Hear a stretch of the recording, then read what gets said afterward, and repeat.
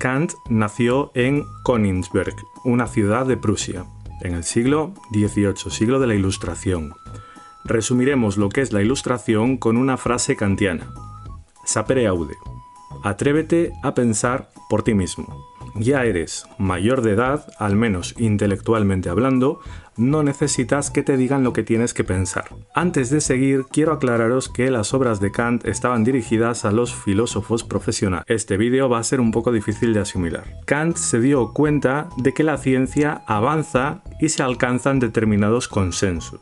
Es decir, que toda la comunidad científica está de acuerdo en algunas cosas, mientras que en la metafísica parece que caminamos entre las tinieblas. Cada uno cree una cosa diferente. Él se preguntó, ¿será posible que la metafísica sea una ciencia? El primer paso, lógicamente, será saber qué es una ciencia y qué requisitos son necesarios para que un juicio sea considerado científico. Lo que hará Kant será clasificar los juicios. En primer lugar, vamos a ver los juicios analíticos. Si digo los calvos han perdido el pelo, el predicado, han perdido el pelo, ya está incluido en el sujeto. ¿Qué es un calvo? Alguien que ha perdido el pelo. Podríamos sustituir calvos por los que han perdido el pelo y la frase quedaría así. Los que han perdido el pelo, han perdido el pelo. Vemos claramente cómo el predicado se encuentra contenido en el sujeto. A modo de fórmula mnemotécnica voy a poneros esta foto. Hace tiempo se hizo viral esta foto porque algunos veían en ella algo anal, mientras que otros veían un calvo. En la foto no hay más que un calvo que ha perdido el pelo. Y este juicio, como hemos visto, es analítico. Los juicios analíticos no aumentan nuestros conocimientos, son juicios simplemente explicativos. Hay otro tipo de juicios en los que sí aumenta nuestro conocimiento, los juicios sintéticos. En los juicios sintéticos, el predicado no está incluido en el sujeto. Por ejemplo, el calvo lleva puesto un peluquín. A diferencia del caso anterior, aquí sí que aumenta nuestro conocimiento. Acabamos de descubrir que este señor lleva puesto pelo sintético. El calvo lleva puesto un peluquín o pelo sintético, dado que aumenta nuestro conocimiento y el predicado no está incluido en el sujeto, es un juicio sintético.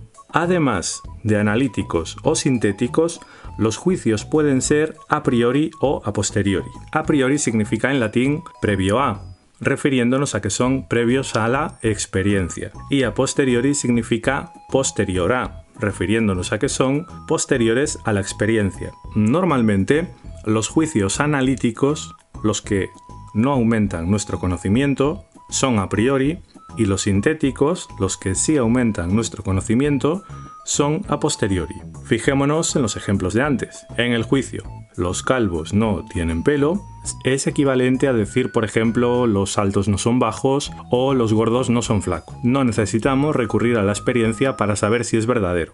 El propio principio de no contradicción es suficiente para determinar su verdad, ya que todos sabemos que no podemos ser una cosa y la contraria al mismo tiempo.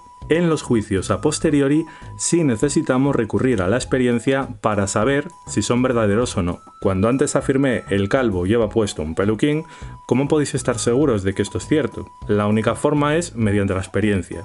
Si tiramos del pelo y nos quedamos con el peluquín en la mano, habremos comprobado que el juicio sintético a posteriori era cierto. Kant cree que los juicios propios de la ciencia deberían de aumentar nuestros conocimientos, como los juicios sintéticos, pero si son a posteriori tendríamos un problema, ya que tendríamos que comprobar empíricamente cada juicio, y la ciencia se caracteriza precisamente por ser un saber universal y necesario que no admite excepción alguna. ¿Cómo puede Kant solucionar esta dificultad?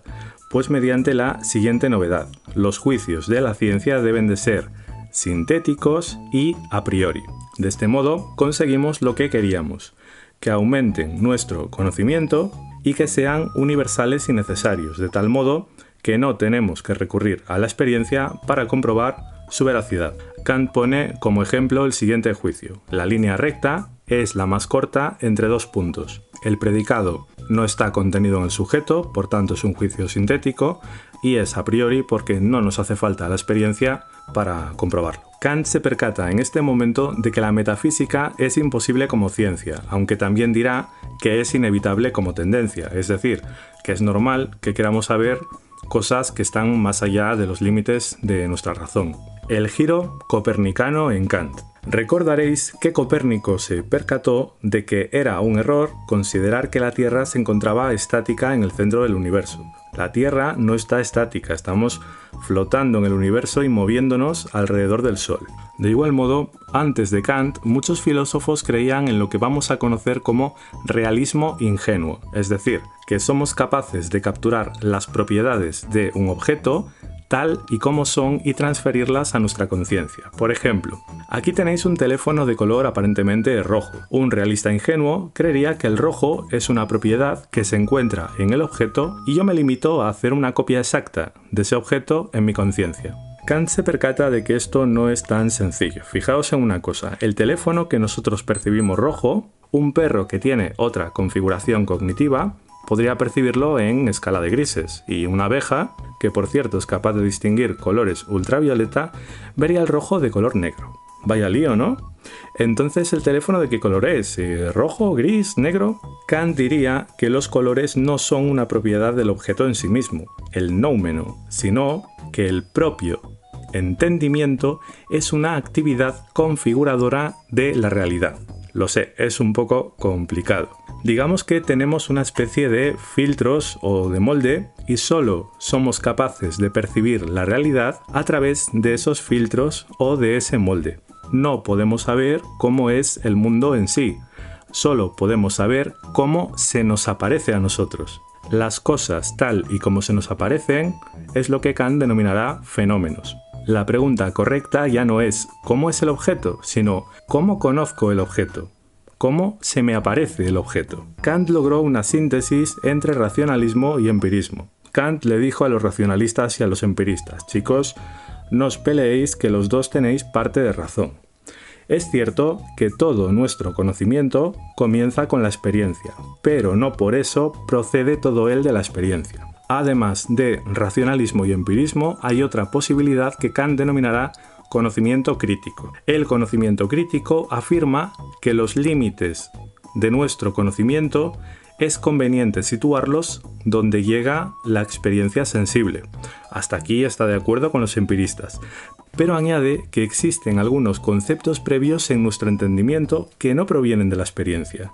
Esta especie de filtros o moldes a través de los cuales percibimos la realidad. Pregunta: ¿qué tipos de juicios existen y cuáles son los propios de la ciencia?